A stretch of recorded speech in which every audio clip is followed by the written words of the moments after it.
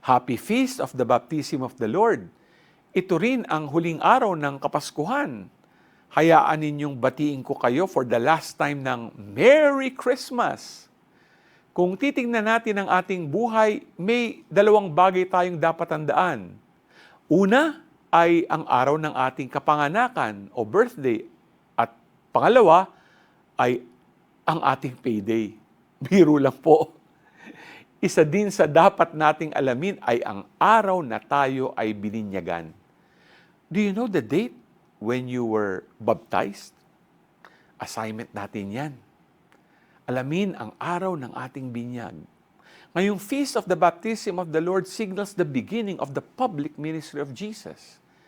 Tayo bilang mga binyagang Katoliko ay naging kaanib sa misyon ni Jesus na ipalaganap ang mabuting balita. Kaya naman, huwag lang nating hayaan na tayo ay nominal Catholics, kundi matuto rin tayong maging misyonero ng Diyos. G ka ba?